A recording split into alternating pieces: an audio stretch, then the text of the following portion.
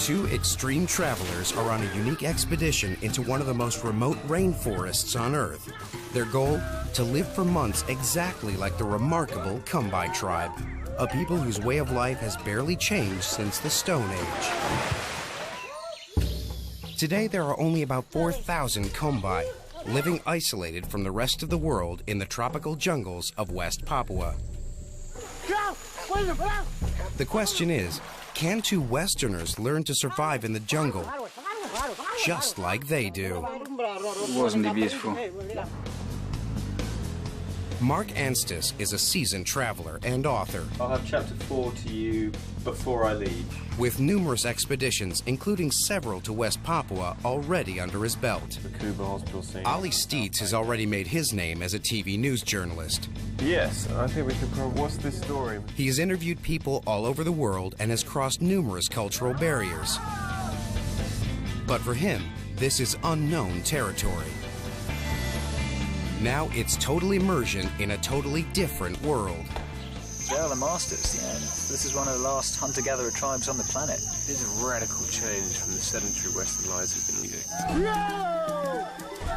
Eventually, Mark and Ali will take part in one of the biggest Kombai festivals ever thrown.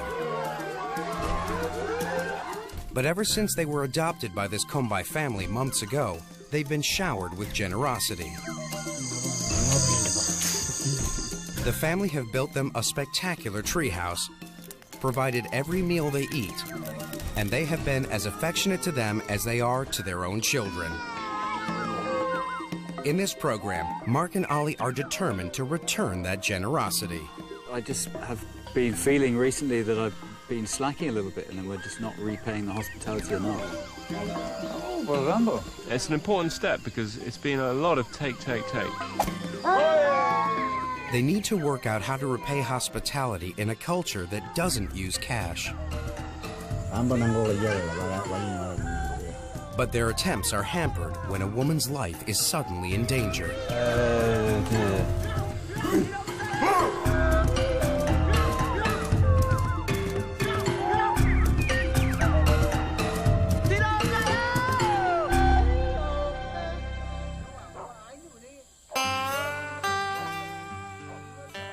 Top of the list of things the Kombai value are pigs.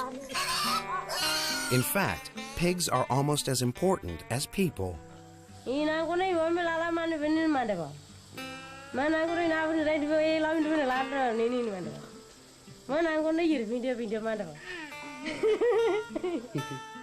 It's a real love affair. Where the Kombai go, their pigs go too, and they're always talking to them.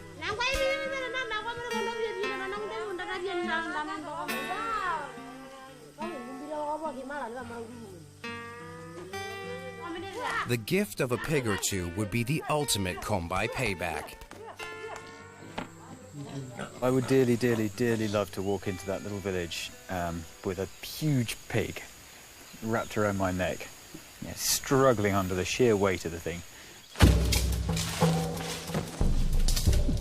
But how to get hold of a pig?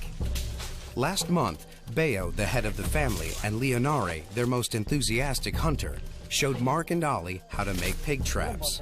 It looked simple enough. But what they hadn't banked on was that making their own means working together. Are there any of the particular trees we need to make a pig trap around here? Oh dear, oh dear. There's a couple with labels on them. I don't want to hurt his feelings.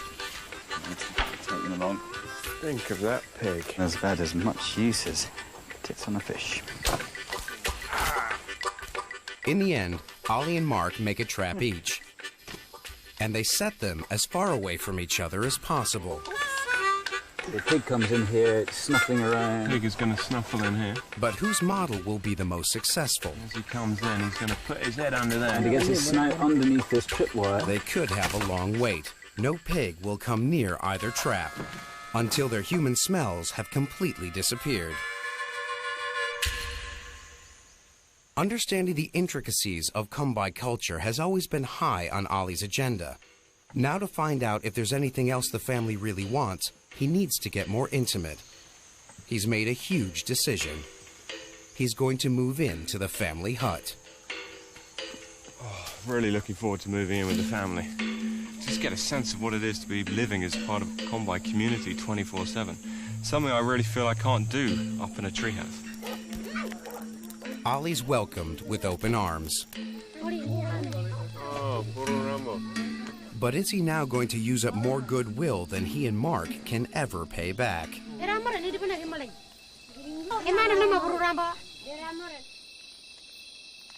Mark's had another idea. He's vowed to catch a wild pig for everyone to eat by becoming a fully fledged Kombai hunter.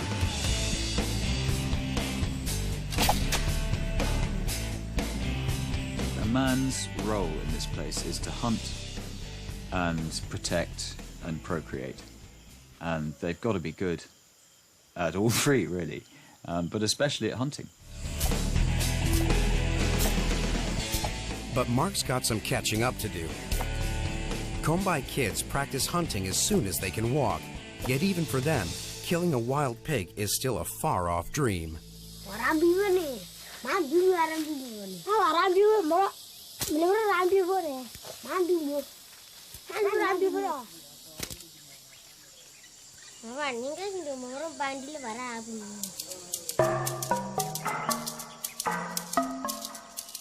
Mark reckons that hunting at night has to be the best way of taking pigs by surprise. I'm going to adopt slightly untraditional methods, shall we say. Okay, I'll have that one. I know I'd get lost on my own, so I persuaded Leonari to use a torch to hunt, for the first time in his life. Right. Mark's about to take an important Kombai test, to bag a wild pig. What he doesn't realize is that Leonare is scared stiff of the dark. Mark's left Ollie safely sleeping in the family hut, but he set himself the ultimate Kombai man's test, hunting a wild pig. What he doesn't know is that the Kombai never hunt at night. This is Leonare's worst nightmare.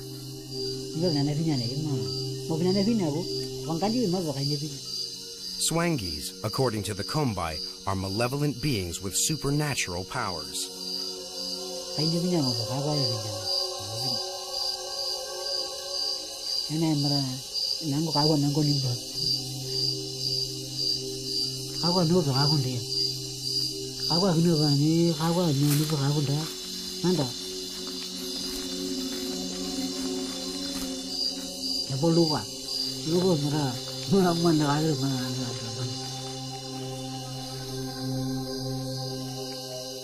But Leonare's hunter instinct soon takes over. He's now hot on the trail of some pigs. Basically, some pigs have come down here.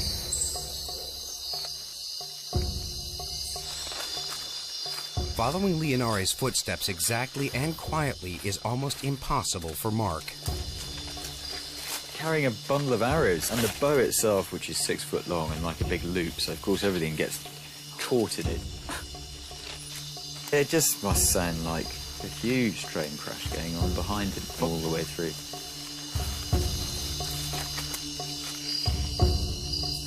Watching Leonari is extraordinary, really. He moves as quietly as it can surely be possible. It's a privilege to be behind him, actually.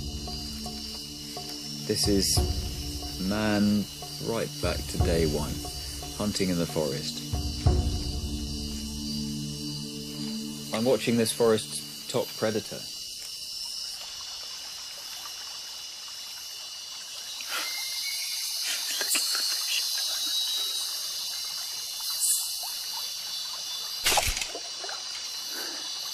Yeah, you got it. You got it. It's a barely visible fish. That's amazing shooting, really. I mean, all he was aiming at, I had the torch on it, but all he was aiming at was that. Not that, but that.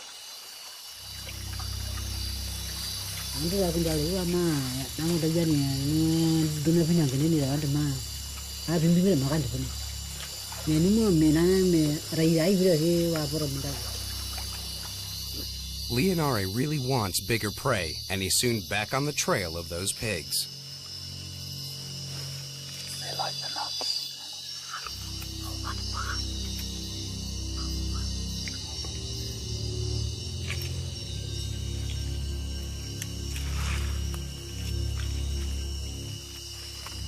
Mark's really struggling to keep up. All he's learning is just how far off being a Kombai hunter he really is.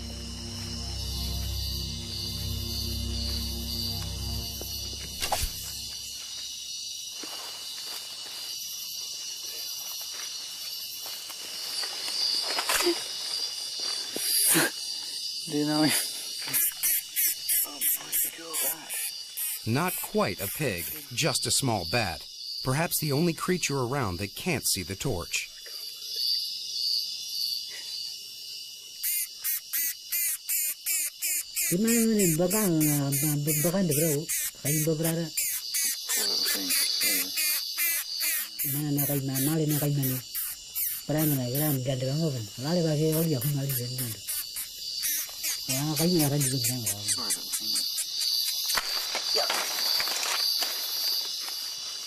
That was tiny, and he didn't just wing it, he got straight through the middle of it. But it wasn't just the shot. The speed with which he selects the right arrow, strings it, fires it, it all happens in a split second, without a noise. Next thing you know, there's a tiny bat on the ground. Leonare was going to put up with my crashing around for only so long. You better have your bat. But yeah, thank you very much. Without Leonare, Mark risks getting dangerously lost. He can't venture too far and has to return with nothing for the family. What started out as an exciting solution to the payback mission has ended up as a disappointing wake-up call. My desire to live off the land, or my aim of living off this land, is just further away than ever now. To hunt successfully here, men like Leonare need intimate knowledge of not only the territory, but also the habits of all the animals in it. Yeah, that was just seeing someone who's been at home in this forest all his life. And he's good at it. He's very good at it. Yeah. I could practice and practice and practice and practice and practice till I weigh 20 pounds and I'm almost dead. I still wouldn't catch anything. Oh, God. But the humiliation isn't over yet. This pig has just been caught by 9-year-old Wambu.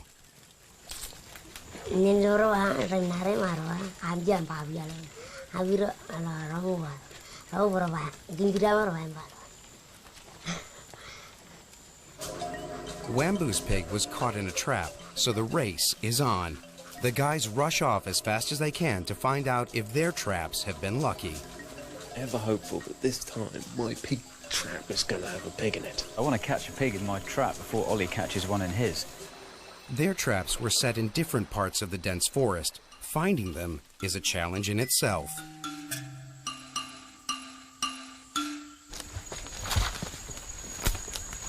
It all looks the same.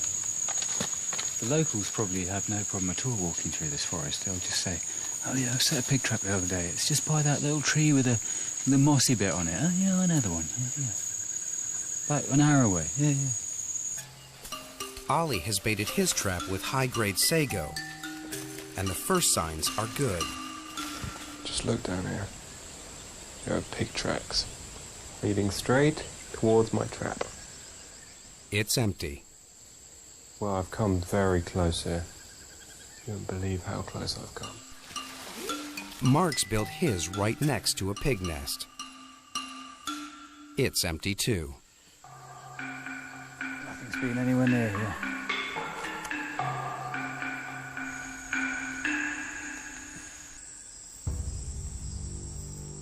Mark and Ollie's quest to say thanks with a pig will have to wait until they can think of another way to get one. They're getting desperate now, so it's time for a fallback plan. The most simple thing is to go and collect some sago. Good to show them that we can do something. Yeah. Without any help. No. Rambo! It's a climb down, but they decide they will do the family sago run completely on their own. Rimini Nangamango do Behani. Bayo's going to make them work hard.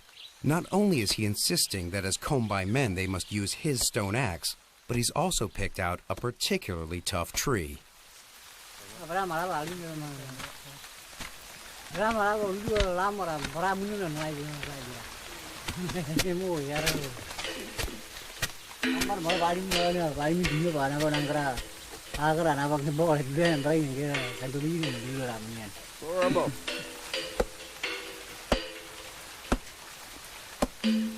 got a feeling Bayo's given us a tough tree. I mean, it's old and tall and thin, which normally means that the bark is going to be particularly tough. A traditionalist, Bayo always uses a stone axe himself rather than a steel one to bring down his sago trees. Club, really, but it does. He smashed the fibers. Bayo's resisting the spread of modern axes. He's guarding the old Kombai ways.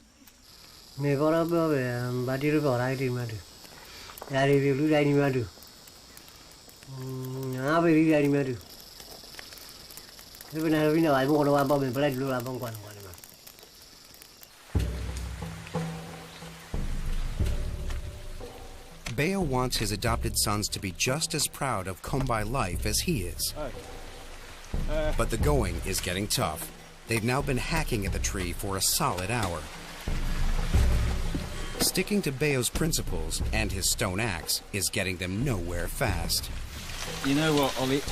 Let's sod this. Let's go steel. I agree. I think we can. Bayo wouldn't approve of this one little bit. Now that's how to do it. No clubbing it with a blunt stone. Bit of sharp steel. Be down in no time. The trouble is, it is. What are they going to do now? Mark and Ollie are on a mission to return the hospitality they've been given by their Kombai family. Bayo, Mark's adoptive father, has asked them to cut down a sago tree using only the traditional stone axe. But they gave up. Bit of sharp steel. Be down in no time. And have nearly got themselves killed.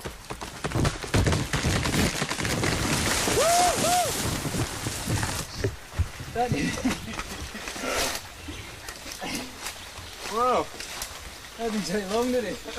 Miraculously, they are still alive, and Bayo is not around to criticize. Everyone is relying on Mark and Ollie for the next 4 days' food. They need to make 2 bags full of sago. Yeah, I'd love to come back with 50 kilos and really show them that, look, hey, we can do this. For Bayo and his wife Berner, the imminent feast is fueling the afternoon's banter.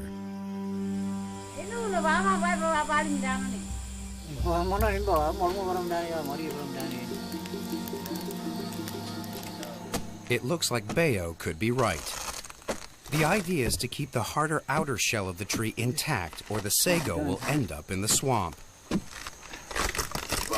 Oh dear, solving this one means they will have to try to agree. They always keep their side here to ensure that it doesn't all spill out everywhere. The pulper on this, and that's not there. Yeah, but that tray is formed when you start pulping. This thing should be up like that. He's constantly telling me, do this, you've got to do it that way, do that. And he's an ex-military man, so the order is very much an order. Take this bit off carefully. Ladies. One thing I know about military men is if they give you an order, you either agree with it or you have a fight. That's all right. Ollie's decided not to fight, but to go with the flow. I'm interested in the process on a level, but what I really love here is this sort of personal exploration of messing up. Because only through that kind of journey into the unknown where you don't know how to do something, and yes, you do it wrong, but it's that process of getting it wrong that you actually learn something new.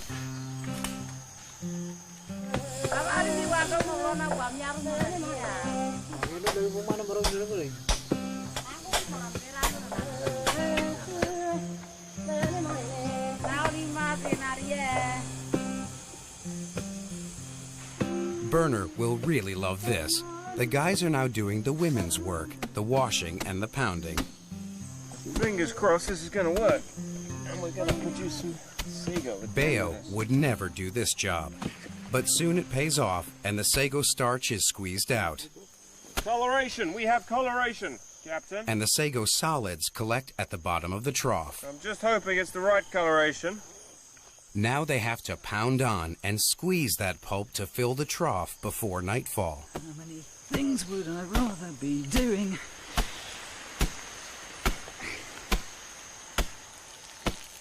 Six hours later, it's getting dark. Bit of sago. Thank the Lord Almighty, for He is our Saviour. If they want to make their adoptive parents proud, they will need to fill 2 bags. But it looks as though a bag and a bit will have to be enough.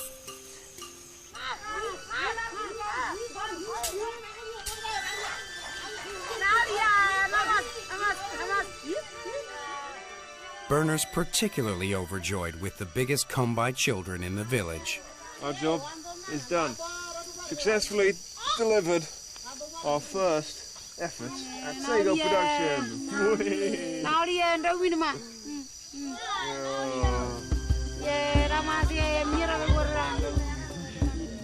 The sago run will feed everyone for about 2 days.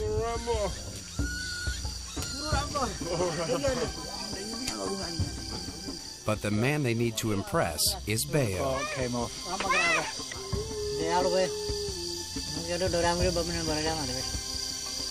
Okay, they should be vaguely pleased with that.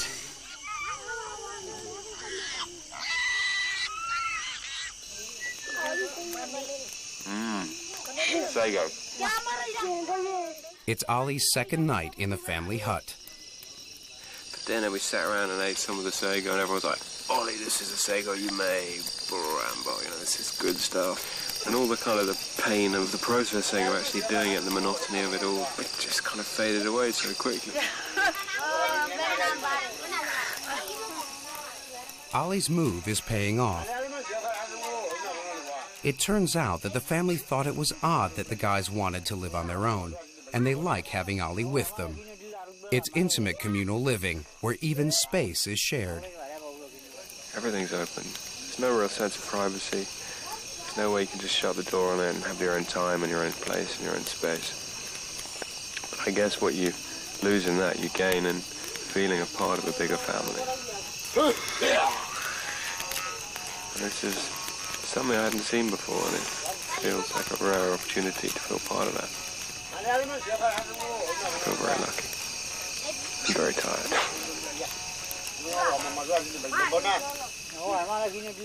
I sleep jammed in next to Leonori, and in some ways get even closer than I wanted.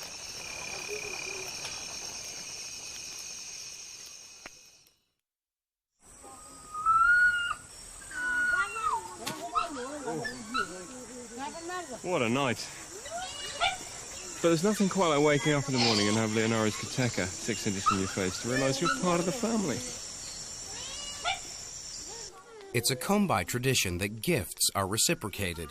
In return for the sago, Burner has some special presents for Ollie and Mark.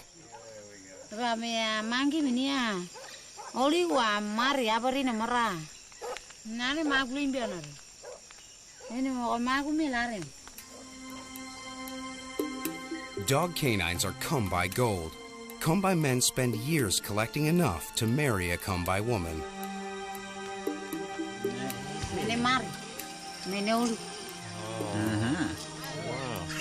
Dog's teeth maketh come-by man. And I think we're about to be maketh a come-by man with this dog's tooth. Amazing. Burner's bride price included 102 dog teeth from Bayo. So these new come-by men have a long way to go. Excellent. More and more come-by as the days go by. God, we're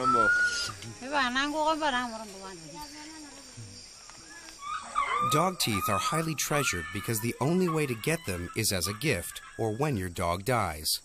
Unfortunately, The gifts have simply upped the ante. Now the guys owe even more, and Gunare mischievously seizes the opportunity.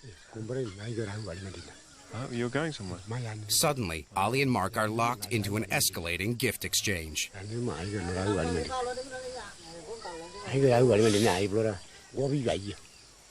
Okay. It's a bit more than I'd bargained for. Big talk is big talk.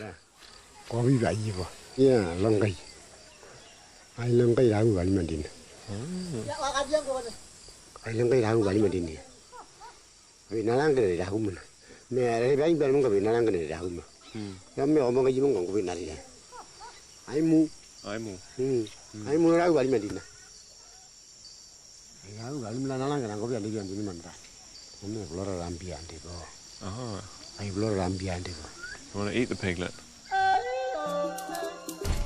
Gunare's thrown down the gauntlet. The guys now have to come up with 2 live piglets. But where are they going to get them from? Mark and Ali are on a quest to repay some of the Kombai hospitality they've been given. But the family elder Gunare has just upped the stakes. Oh, you're going somewhere. He said, I want a little piglet. Bring me a little piglet. So I'm going to go and get him a little piglet. I'm not going to cross the big man. I know what he's capable of. And he is my father, after all. Previously, Mark and Ali tried to trap pigs. Nothing's been anywhere near here. But they failed, and now the guys are in a fix. No, dialogue. Diallo. They decide to find out why live pigs are so valuable to the Kombai, hoping that the answer might give them an idea for how to get one. Burn it. Apart from eating them, are the pigs of value in another way, in other ways?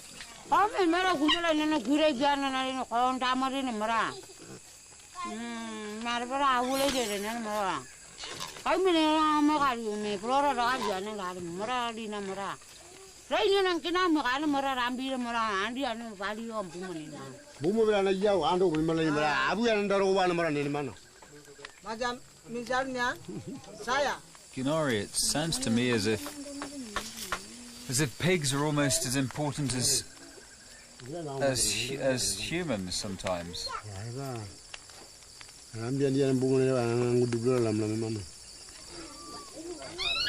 Pigs are a kind of currency here. Keeping live ones is like having money in the bank, to be used when various scores need settling. They're like an insurance policy and are vital. Live female pigs are maybe the most sought after, of course, because they quite naturally produce interest. Gunari, if I wanted to buy a wife, or if you wanted to buy a wife, anyone wanted to buy a wife, how many pigs would it cost?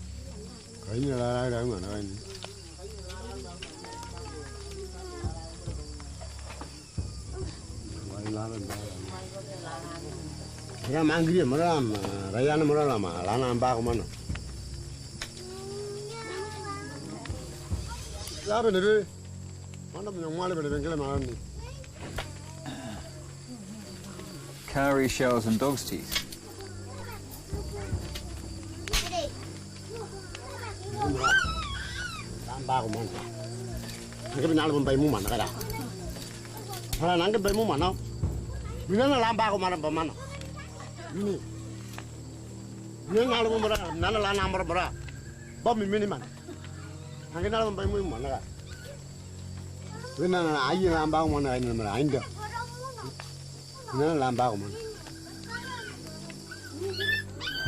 Right, but we still need to find out where we can get a pig from.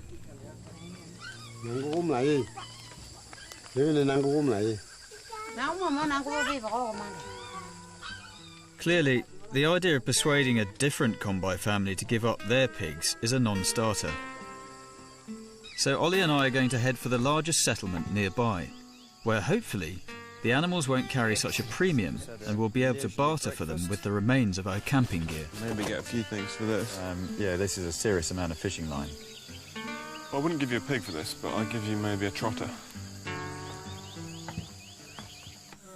Gunare dearly wants a piglet, but he still tries to persuade Ali and Mark to avoid the dangers that lurk outside the jungle.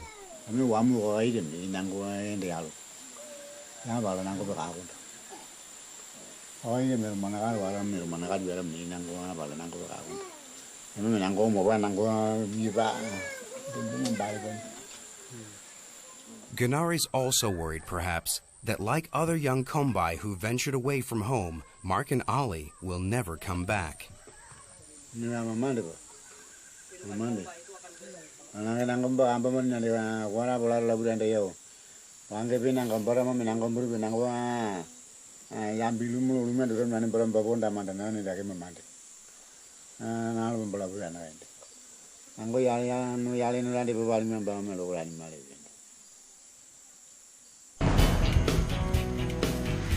Despite the concerns, the guys leave for the village of Yanaruma.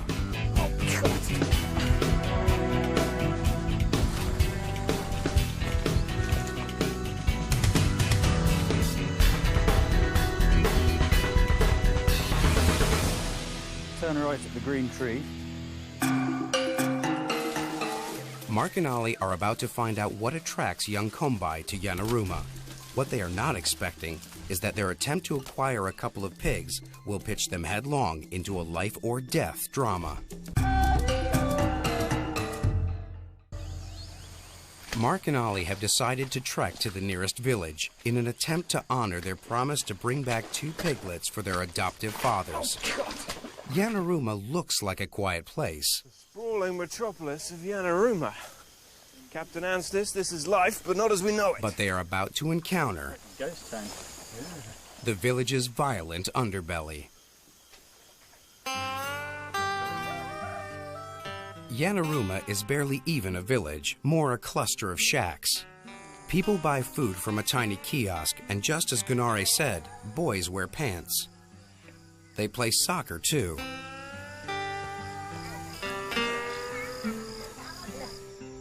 The pig bartering plans are abruptly hijacked by a man dressed as a bird. He's called Sapporo, and bizarrely, he's a local tribal chief.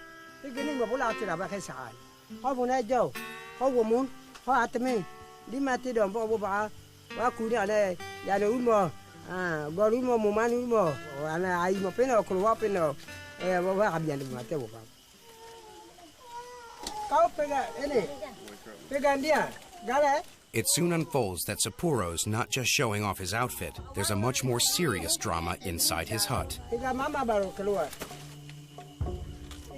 A woman is very ill.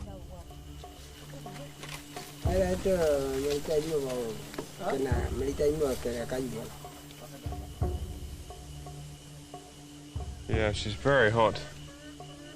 And shallow breathing, her pulse is probably very low. I think this is the work for Captain Anstis. The basic medical training Mark had when he was in the army comes in very useful. Because there's no clinic for miles.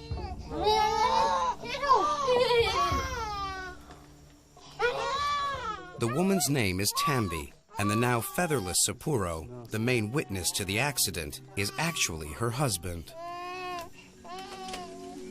We have here a stab wound. Possible to tell how deep, but there is a lump around it.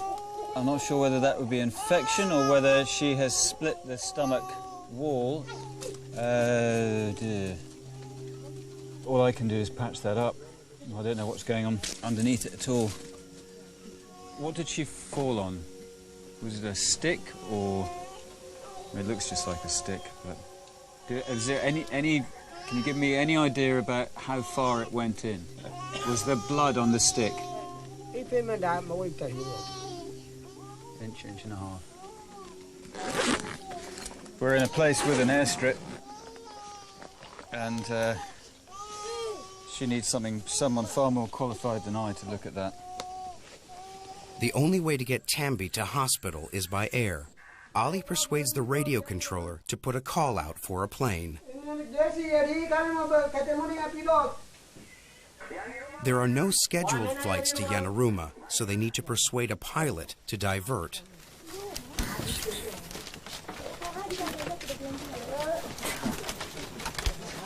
support some of her weight, for God's sake.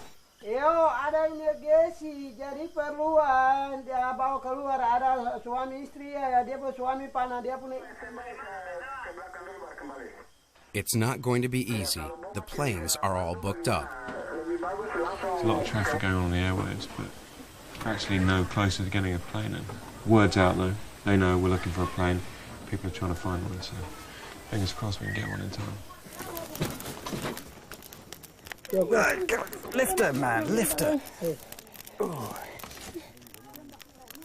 I've never dealt with a stab wound before.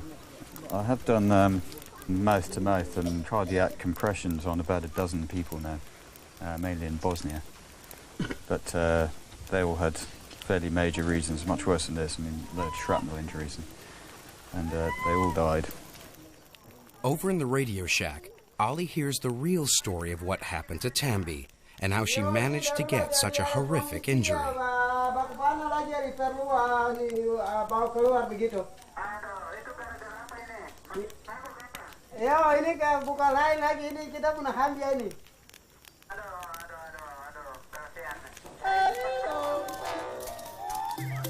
Tambi didn't fall on a stick after all. It seems Birdman Sapuro stabbed her. Now Mark and Ali need to keep her alive.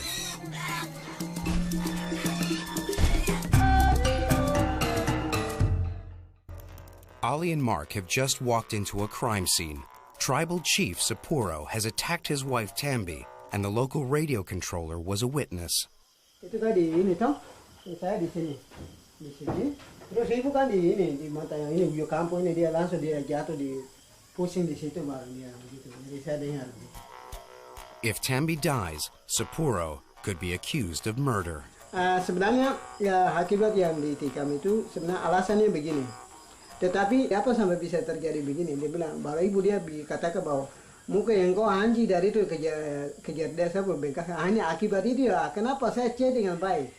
Chat dengan baik kenapa sampai kau katakan begini? Pertama dia penasaran, tapi tidak senang lagi itu langsung dia tidak senang itu hanya langsung dia susung saya bukan di panah tapi di susung saya. Without any local police or law courts, people here have to settle disputes themselves. Sometimes it's rough justice. Ada sesuatu misalnya kalau ibu itu ada pelanggaran, ada baku-baku yang laki-laki. Sampai ada panah di sini, sampai itu langsung bukan ditikam lagi, itu langsung panah. If something like this goes on, who will do something? Kalau memang misalnya kalau sesuatu mau panah atau misalnya baku-baku yang semua kalau sudah ada persetujuan berarti itu nanti kita kasih. In Sapuro's case, punishing his wife was not sanctioned, and he went outside the local code of conduct. Kalau tidak pele itu memang biasa jadi emosi dan marah itu biasa terjadi itu. Karena di dusun tidak ada orang yang pele, tidak ada orang yang pele, jadi sudah bebas jadi dia langsung macam jadi emosi dan dia tikam begitu.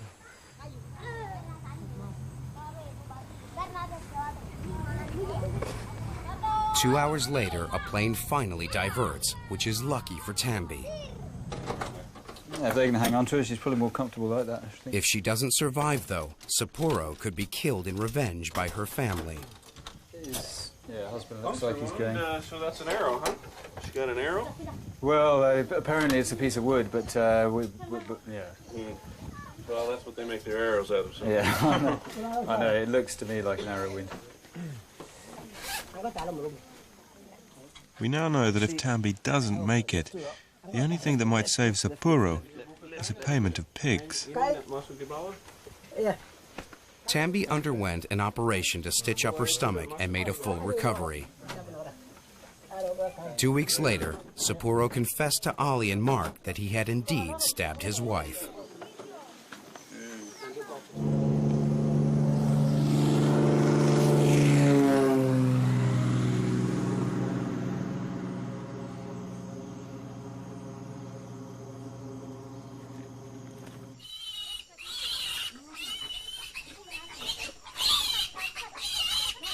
The crisis over, Mark and Ali finally get to haggle over what they really came here for, a brace of piglets. Look at that. Dry. You keep stuff dry. You never have to worry about being wet again. But no one wants to trade high-tech camping gear for pigs. Yanaruma is no different to any modern town. Money talks here, and it takes the equivalent of $50 to seal a deal.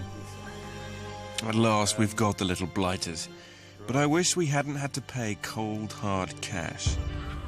The family would have preferred us to succeed the Kombai way. I thought back to Gunari, telling me that the idea of money is still totally alien.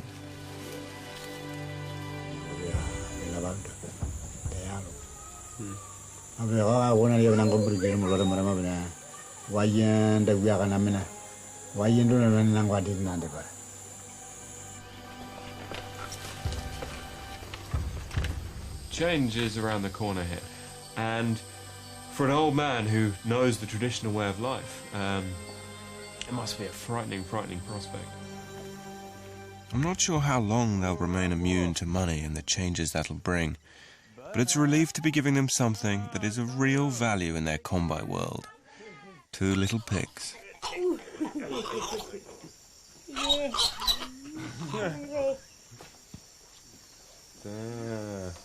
Little Ollie.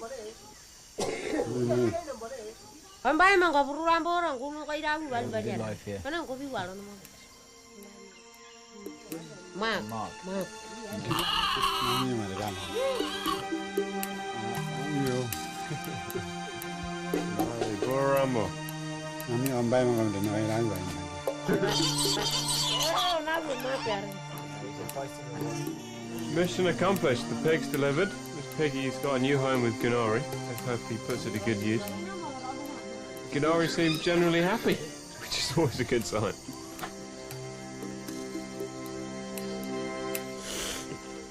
It's not a bad life here. It's free of a lot of the crap that we have to deal with in the West. And it's a simple life, a fulfilling life, I think, and a beautiful life in many ways. I hope they can cling on to it. Next time, Mark and Ollie take part in one of the most spectacular festivals the Kombai have ever thrown. But accusations of witchcraft threaten to destroy it.